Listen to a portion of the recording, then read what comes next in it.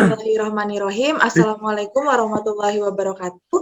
Kenalkan, kami dari kelompok 4. Di sini, dalam mata pelajaran estetik, kami akan mempresentasikan terkait dengan manajemen anti-aging pada perawatan estetik. Di sini ada beberapa orang, ada 4 orang. Dengan member yang pertama ada Nur Bati Rumandani, lalu dengan saya Fitriani Nisa Rahayu, Astria Nur Yunita, lalu ada Adi Juniarto. Untuk presentator yang pertama nanti akan dipresentasikan oleh Nur Bati Rumandani, lalu yang kedua ada Tastria Nur Yunita, selanjutnya ada Adi Juniarto, lalu terakhir akan dipresentasikan oleh saya Fitriani Nisa Rahayu. Semoga teman-teman di rumah sana selalu dalam keadaan sehat dan bahagia ya. Oke, langsung saja saya akan men-sharekan materinya. Baik, ini adalah background pertama kami, yaitu kecantikan dan penuaan dini pada perempuan anti-aging dengan anggota kelompok yang sudah saya sebutkan tadi. Baik, langsung saja pada materi yang pertama, yaitu latar belakang. Di sini akan disampaikan oleh materi oleh Mbak Beti Rumandani. Silahkan kepada Mbak Beti Rumandani. Ya, terima kasih Mbak Fitri. Saya akan menjelaskan tentang latar belakang. Latar belakang tentang materi ini adalah menjadi tua merupakan sesuatu yang alamiah. Kodrat semua manusia di dunia ini yang tidak dapat dihindari karena semua manusia tentu akan mengalami penuaan. Penuaan merupakan proses perubahan fisik seseorang yang terjadi dengan seiring bertambahnya usia. Jika penuaan terjadi lebih awal, pastinya akan menggelisahkan banyak orang. Proses penuaan lazimnya berlangsung pada usia 25 tahun yang terlihat dari permukaan kulit yang kering dan kusam, tetapi tidak dapat dipungkiri bahwa proses penuaan dapat terjadi lebih awal. Sebab proses penuaan ada yang berlangsung lambat dan ada juga yang penuaan berlangsung cepat, sehingga terlihat tua dari usia yang semestinya. Selanjutnya, kecantikan dan penuaan dini pada kulit perempuan. Yang pertama, kecantikan dan penuaan dini. Selain wajah yang cantik, kulit juga adalah suatu bagian yang penting dalam kecantikan. Kecantikan kulit ini dibutuhkan untuk menyempurnakan kecantikan fisik yang telah terpancar dari wajah. Untuk menyempurnakan kecantikan, banyak perempuan yang menggunakan produk-produk skincare dan body care yang namanya digunakan untuk merawat kulit.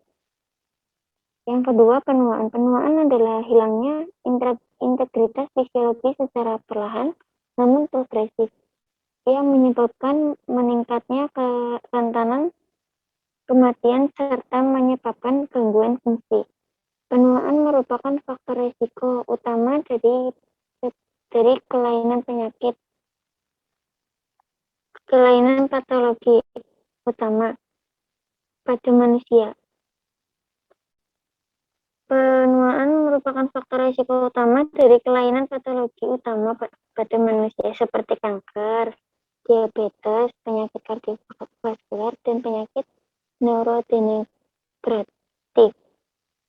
Aging merupakan proses yang dirasakan oleh tubuh di mana fungsi dan bagian tubuh semakin menurun, seperti kulit yang makin tipis, muncul keriput, daya cerna makin menurun yang menyebabkan penumpukan lemak dan membuat perut gendut dan lain-lain.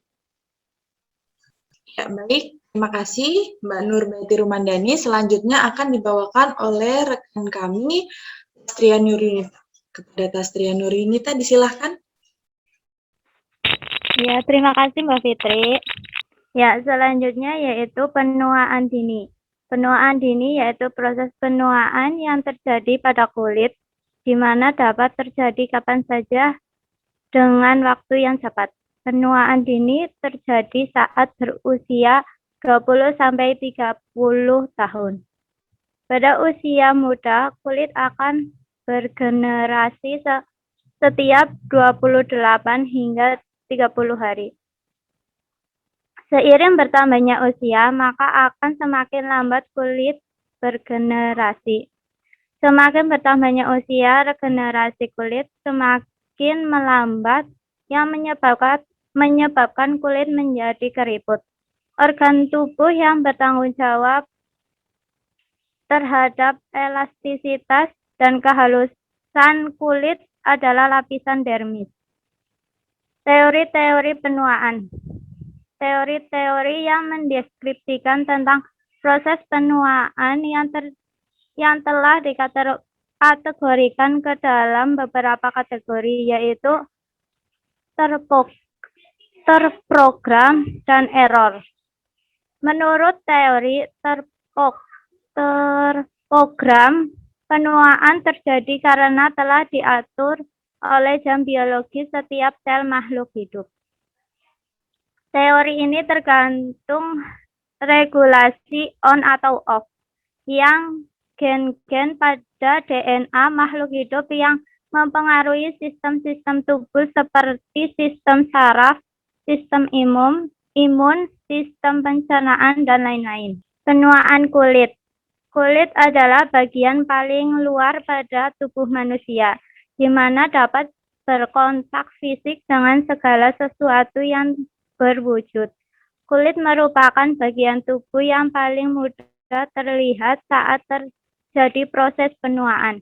Seiring bertambahnya usia, akan terdapat kerusakan pada kolagen dan elastin pada kulit. Faktor-faktor penuaan kulit, yaitu ada dua, yaitu faktor internal dan faktor eksternal.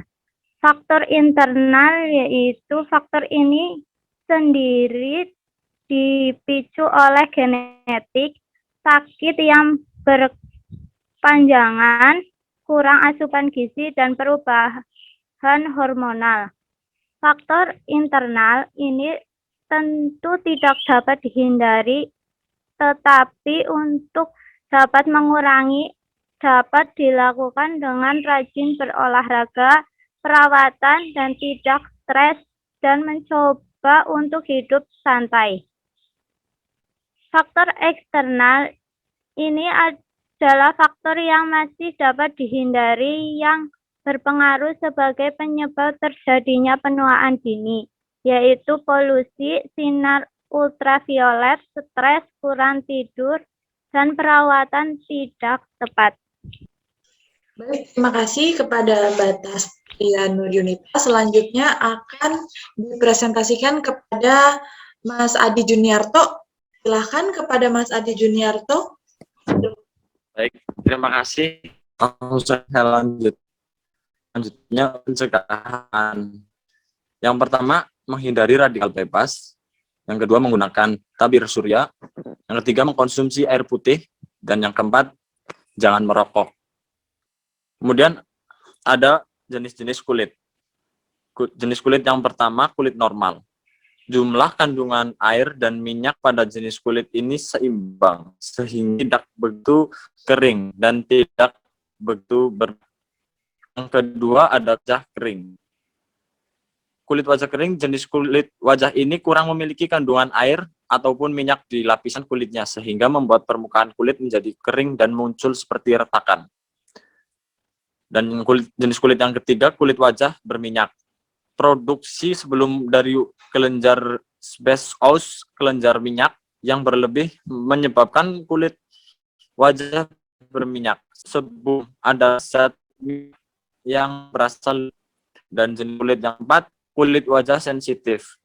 Jenis kulit wajah ini sangat rendah dalam kepekaan sehingga mudah mengalami alergi atau iritasi dan ruam sebagai reaksi terhadap faktor tertentu, seperti lingkungan, tanaman, makanan, ataupun bahkan produk kosmetik. Baik, terima kasih Mas Adi Juniarto. Selanjutnya akan dipresentasikan oleh saya. Di sini saya akan mempresentasikan terkait dengan jenis perawatan kulit. Di sini ada dua jenis perawatan, yaitu perawatan secara alami dan perawatan secara medis. Untuk yang pertama adalah perawatan secara alami, di mana terbagi menjadi dua jenis, yaitu perawatan dalam dan perawatan luar. Perawatan secara alami memiliki keunggulan, diantaranya bahan-bahan mudah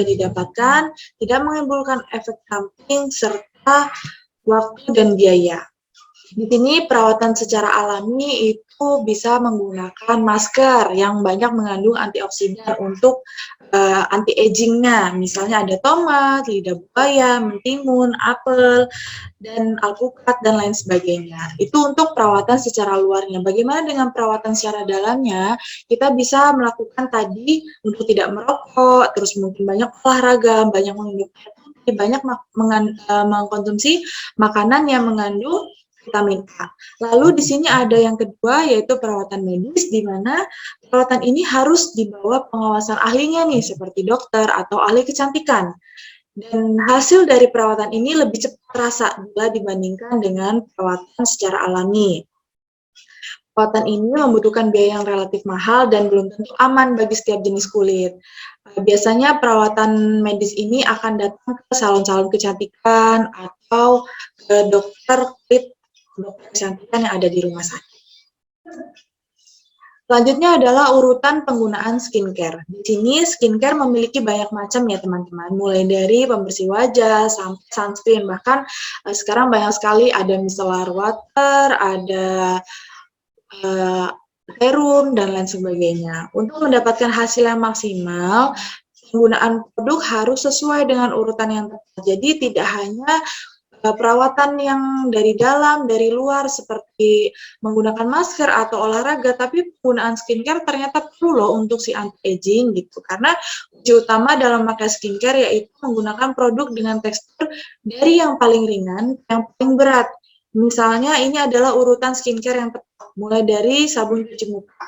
Nah, terkadang ada juga yang menggunakan micellar water, di mana dia itu menggunakan 2 kali pembersihan. Jadi ada pakai micellar water, selanjutnya sabun cuci muka, lalu setelah sabun cuci muka digunakan toner untuk melembabkannya. Lalu ada serum di sini untuk anti-aging, khusus untuk serum anti-aging, lalu ada pelembab anti-aging, dan atau menggunakan sunscreen begitu. Nah, itu urut-urutannya. Untuk anti-aging sendiri bisa digunakan serum anti-aging atau pelembab yang mengandung anti-aging. Silahkan, itu semua kadang disesuaikan dengan jenis kulitnya. Ada yang memang anti-aging, tapi bahan-bahan yang terkandung di dalamnya tidak cocok untuk kulit yang berminyak, atau kulit yang kering, atau bahkan kulit yang sensitif. Begitu. Jadi, perlu adanya konsultasi terlebih dahulu, agar tidak terjadi kerusakan pada kulit, seperti munculnya jerawat atau lain sebagainya. Baik, itu saja dari kelompok kami. Terima kasih atas perhatiannya. Mohon maaf apabila ada kesalahan dan kekurangan. Sekian dari kami. Wassalamualaikum warahmatullahi wabarakatuh.